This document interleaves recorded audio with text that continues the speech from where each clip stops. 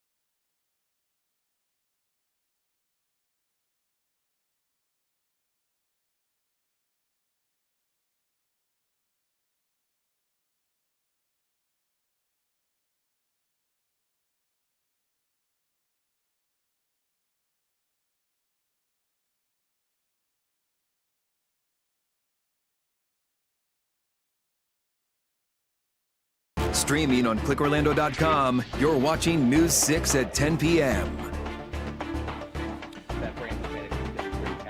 Teller. Right now on News 6, a bank teller puts a stop to fraud. Police say a senior was being scammed out of $50,000. How that teller helped protect his money and help detectives catch a guy with a check in his hands. tracking the tropics, surf's still up from Imelda. Now, meteorologist Jonathan Kega says there's a new wave worth watching. The city of Orlando is paying almost $500,000 to count trees. To count trees. The state calling out Orlando and Orange County will break down examples of what he and his Doge team call wasteful spending by local governments. Meanwhile, most of the federal government is about to start day 2 of a shutdown, what it means for your benefits and the parks now closed to visitors. But we start now at 10 tonight with a $400,000 worth of money stolen from more than 100 high school students. It was just kind of like a pain, you know. We didn't find out that we weren't going on the trip until maybe 3 days before the trip was supposed to happen. Deputies say the travel agent they paid for their class trip has disappeared with all that money. We first told you about an arrest warrant was out this time last night. Thank you for joining us. I'm Matt Austin. I'm Ginger Gadsden. Tonight, we're hearing from some of the victims, including Seabreeze High School students and their chaperones. They told community correspondent Jarrell Baker they are still devastated by this loss. This was supposed to be a trip of a lifetime for former Seabreeze High School student Gabe Slick. I was sad, you know. You kind of just like stripped something I was looking forward to all year away from me. And a family trip overseas for Jill Piazza and her family of 4. I think the toughest part was just knowing that this company really took advantage of all of these families. In 2023, these victims, along with 102 Seabreeze High School students and chaperones, paid $3,500 each to Stone and Compass Travel Agency for a trip to Greece and Italy, which never happened. Some of the victims have gotten some of their money back.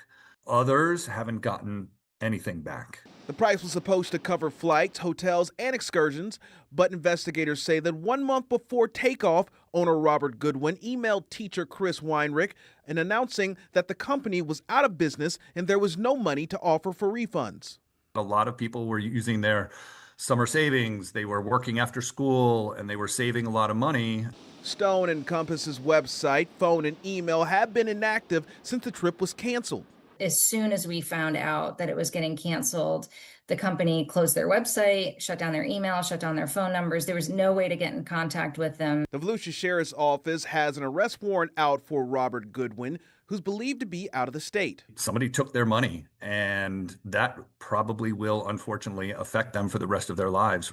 The Sheriff's Office also says that the agency was sued by several other organizations with similar claims of fraud, including Flagler College in St. Augustine. Godwin faces 2 counts of grand theft, over $100,000, and organized scheme to defraud. In Volusia County, Jarrell Baker, News 6. Well, tonight, tracking the tropics and the impact of a hurricane far from our shores. This is video just in from Bermuda, where a hurricane warning is out. Imelda could be on a collision course with the island nation in just a few hours. There are already reports of tropical storm force winds, and as you can see, the surf is way up out there. And off our coast, we've seen huge waves for days. You've been talking about this. Yeah, and we're going to continue to see them for days, guys. We're watching that now. Could make a landfall, as you guys mentioned, just in the next couple of hours there. For us, again, as the storm continues to obviously go far, far away, the Atlantic is just staying bumping tonight. All the red there on your screen, that represents wave heights of greater than 20 feet. Orange is about 15 feet, and the yellow extending just off the Florida coast about 10 feet. Our wave heights have been about in that 6 to 8 foot ballpark over the last 24 hours, and we're going to keep it right there for the next couple of days. There's the latest on Imelda, again, a Category 2 hurricane right now, getting ready to make landfall, or at least close to it, over the next couple of hours. Again, winds right now are 100 miles an hour, sustained right around the center. We're watching a couple of downpours. This is kind of the start of an unsettled stretch, especially for the coast over the next couple of days to really through the weekend and maybe even early next week. We'll talk much more about it, what is driving the return of the unsettled weather, guys, coming up at about 10:19. All right, Jonathan, thank you. New at 10 tonight now. A happy ending to a story we hear all too often. Police say a local senior was about to be taken for tens of thousands of dollars, but this time his money was protected and a man was arrested still holding the check, all thanks to an alert bank teller. Your Orlando community correspondent Troy Campbell explains how she stopped what detectives call a clear case of fraud. Orlando police say their officer showed up here to South State Bank on South Orange Avenue on Monday morning on reports of suspected fraud. We spoke with an attorney who says the victim is lucky that a bank teller intervened. You know, if that branch manager is going to be pretty happy with their teller. You know, bank tellers are trained on identifying fraud and suspected activity. Attorney and legal expert David Haas reacting to the arrest of 51-year-old Juan Vieira Castro, charged with felony theft from someone 65 years of age or older. The elderly are obviously, you know, more susceptible, which is why you see the laws for the protection of individuals over 65 years old. And so there's enhancements that the state will seek in this type of a case typically. Orlando police say on Monday, just before noon, Vieira Castro entered the South State Bank and attempted to cash a nearly $25,000 check. Vieira Castro told the banker it was for construction work he had completed. The report states the teller became suspicious of fraud, so they called police. The teller followed their gut. That was probably a very good thing in this situation. Yeah, so bank tellers are trained specifically on these types of instances. Orlando police say they got the 71-year-old issuer of the check on the phone, who stated he was contacted by someone he believed to be the FTC and was told to issue 2 checks just below $25,000 each. Obviously, the teller did a good job of digging into the checks and identifying that they were suspicious and reporting it once that happened. People sometimes are really gullible, even though it would be, some people might say that's hard to believe. Why would you fall for that? Well, look, people think, you know, all kinds of different iterations and versions of schemes that have happened, you know, since the beginning of time, right? How much of a priority do you think law enforcement is making financial crime crackdown? Well, look, you know, it's fortunate this person was local, right? A lot of times this money could have been wired already and the money's then gone, and then they have to deal with it, and the money's gone overseas or to, you know, foreign countries. Now, we also left a voicemail and sent a text to the victim, but have yet to hear back. Jail records show that Vieira Castro has since bonded out. I'm your Orlando community correspondent, Troy Campbell, News 6. Tonight, verbal shots fired at the city of Orlando and Orange County. Governor DeSantis and the state's chief financial officer say they have found multiple examples of wasteful spending as part of their DOGE audit. Now, during a press conference in Jacksonville today, Governor DeSantis and Blaise Ingoglia said Orange County spent $223,000 for LGBT youth services that, quote, promote gender ideology to youth populations. They also claimed the city of Orlando spent $150,000 over 3 years to, quote, help illegals evade deportation, and $460,000 since 2020 to count trees as part of the city's tree inventory. The city of Orlando is paying almost $500,000 to count trees. To count trees. Maybe they're trying to find the money tree. Oh, wait, never mind. They actually found it, you, the taxpayers. The governor and the CFO also blasted Orlando for having a poet laureate. Now, we've reached out to Orlando and Orange County for comment. A county spokeswoman says they'll have more to say tomorrow. We have not heard yet back from Orlando. Well, tonight there is no end in sight to the government shutdown. So far, there are no new negotiations scheduled between the Republican majority leaders in Congress and Democrats or the White House. About 750,000 federal workers woke up to learn they're now furloughed in the first shutdown since 2018. Usually, everybody goes right back to work once an agreement is reached, but the Trump administration is also threatening mass firings in this case. Republicans say they want to extend funding at current levels, but Democrats are holding out for concessions on health care, including extensions of Affordable Care Act subsidies and reversals on cuts to Medicaid. Government workers deemed essential, like air traffic controllers, the TSA, military personnel, and postal workers, are required to stay on the job, working without pay. Traditionally, they get back pay once the shutdown ends. Social Security, VA, and other benefits will continue, but there could be a delay in services, like processing applications. People receiving benefits from WIC will likely be impacted first. The SNAP Food Assistance Program is funded through the end of the month. Many of America's national parks are closed until further notice. The National Park Service is furloughing nearly 2/3 of its workforce. That includes workers at Canaveral National Seashore, stretching from Titusville all the way to New Smyrna Beach. The 58,000-acre property is off limits, including Playa Linda Beach. Just next door, the Merritt Island National Wildlife Refuge is open, except for the visitor center. In most cases, guests are allowed in national park areas that are never locked for the night. Much of the refuge overlaps with Kennedy Space Center, and the KSC Visitor Center is not shutting down. KSC sent us a statement saying the attraction is operated for NASA by Delaware North. That's a New York-based hospitality company and is not supported by the government or taxpayer funding, so it can stay open. Well, the era of boy bands came and went, but now it may be making a comeback. Or at least those who helped them reach superstardom are coming back. Next on News 6, I speak to two music producers reviving an iconic music label here in Central Florida. Also, real-life treasure on Florida's Treasure Coast, the silver, gold, and jewels resurfacing more than 300 years after a shipwreck. And 3 years after Terminal C opened at MCO, one of the biggest headaches for passengers is now fixed. We'll show you the new pedestrian bridge and why it was so very needed. You're watching News 6 at 10. We are live on a Wednesday night. We're covering Indy Atlantic, Kissimmee, and all of Central Florida.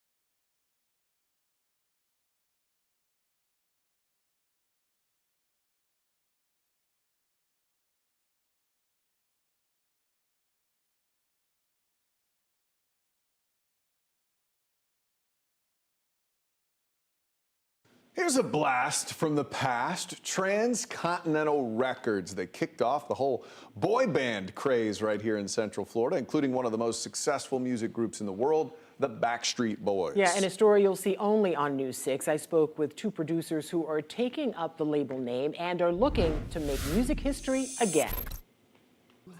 I'm ready for romance.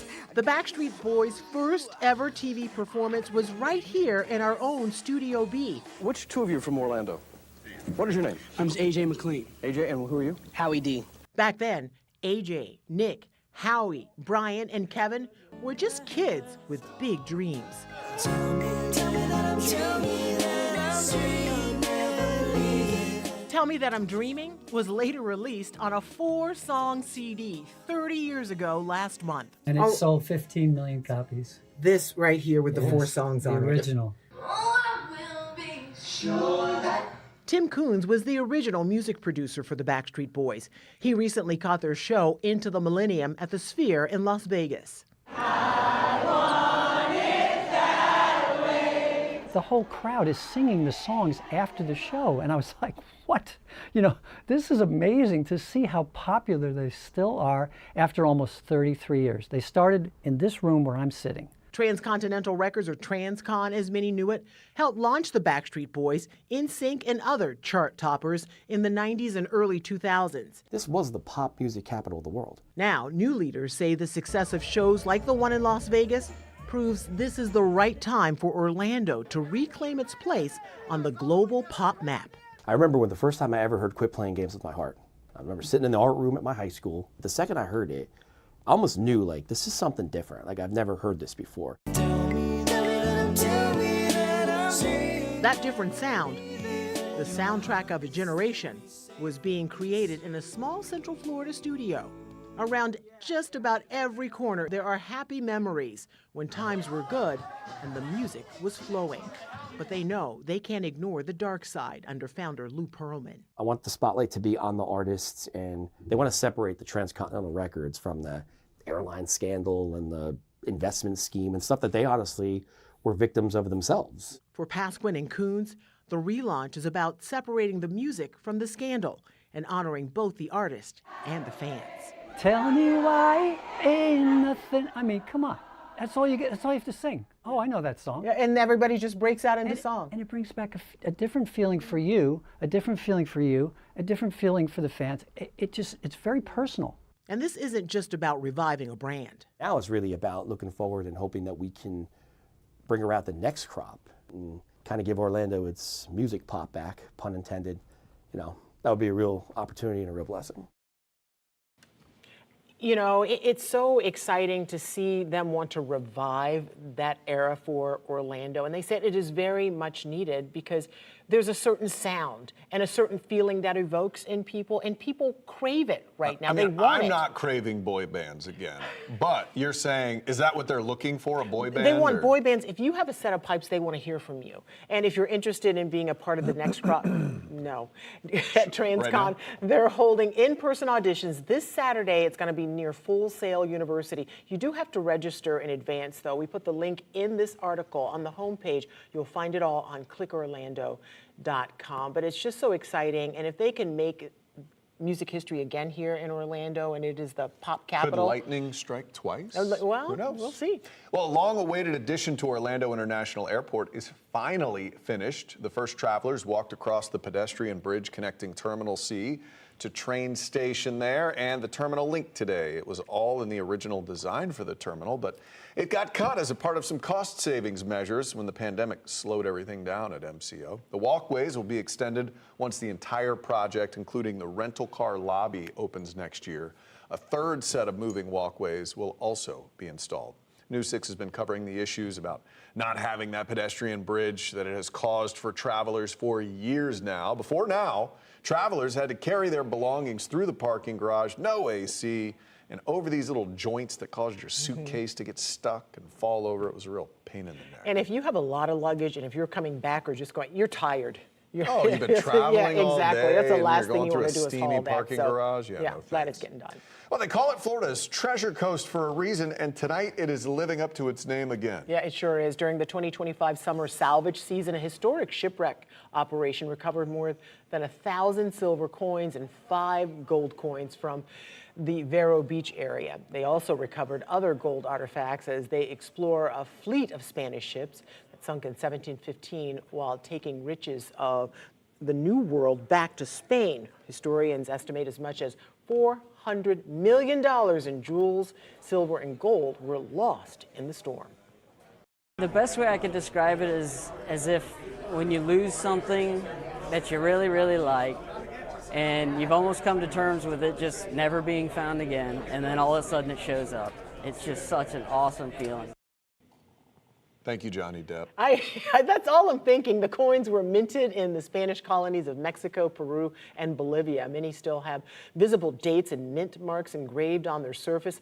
Plans are underway for select pieces to be exhibited at local museums, but first, the coins will undergo a careful conservation process. So glad that people will actually get to see them. Yeah, what we would think looks like a rock and would never pick up is Just, actually, they can just kick shine it. them up and the gold will look perfect when they're done with it. Pretty That's why amazing we're not stuff. rich. Fantastic. Yeah, well, it's one of the reasons. Jonathan Kegas joins us now, and he's taking a look at a pretty clear radar tonight. Yes, it is very clear for most of us. We're watching the coast, and this is going to be the theme over the next couple of days. What the screen is right here, that's the ground clutter again. But we have where you see the yellows and reds, some downpours pushing into Mims, just with the Titusville, Scottsmore. Good evening. We have a couple of those downpours, and then some relatively speaking heavier stuff. We were showing you future radar earlier tonight that some of these downpours would sneak in through the overnight hours, and they're about to do so. Again, this is the start, I think, of an unsettled stretch, especially for the coast, but even inland areas or further inland, we'll get in on some downpours through the next couple of days. Here's a live look outside right now in downtown Orlando with our Light Orlando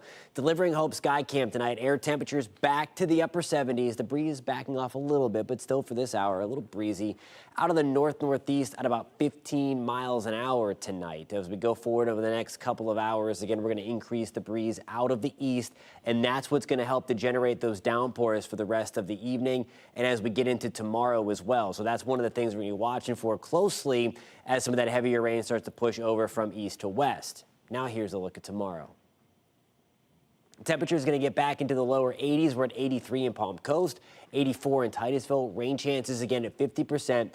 Higher to amounts, or at least heavier rain, going to be closer to the coast. We're at 85 in Leesburg, Wildwood. Good evening.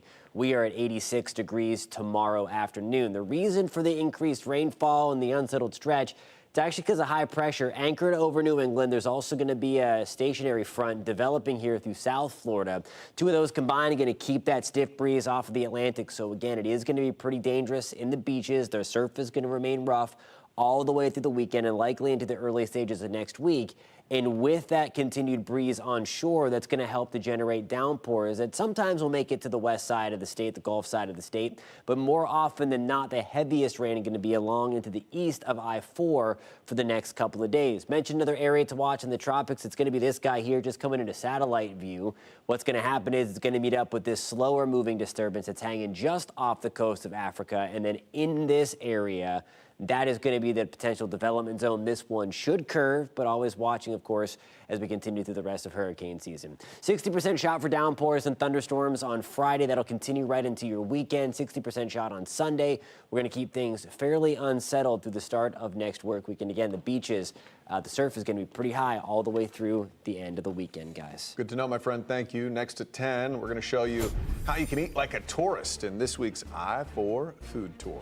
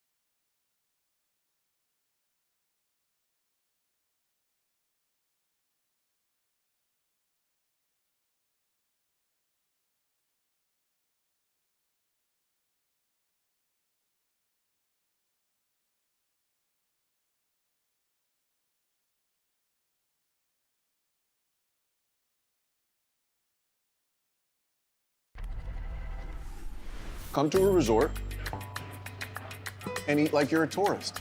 That's how we do this thing. This is the perfect Orlando hack.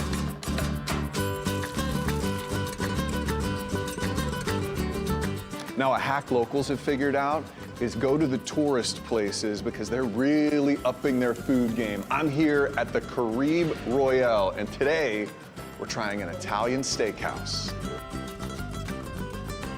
But first, a quick shout out to our sponsor, Giant Recreation World. Thanks for the RVs we use to highlight Central Florida's food scene.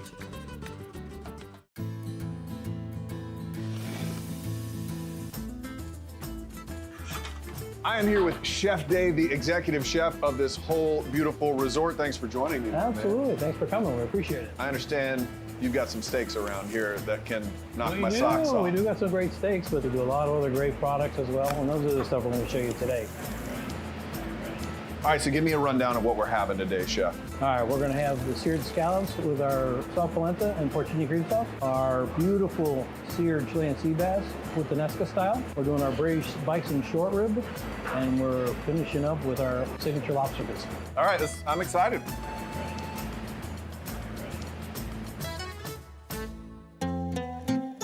This bison's calling my name. This is the chef's favorite. He told me I only need a butter knife. Let's see if he is being honest with me. Oh, I don't even need the butter knife. All you need is a fork.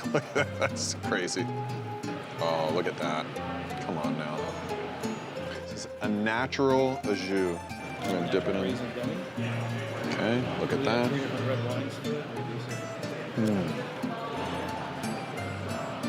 Bison is highly underrated. This is so good.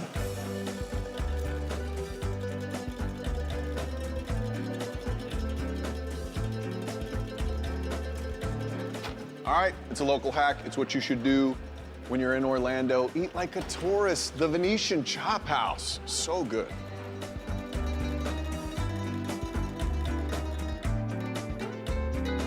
Sponsored by Giant Recreation World. Visit Giant Recreation World today.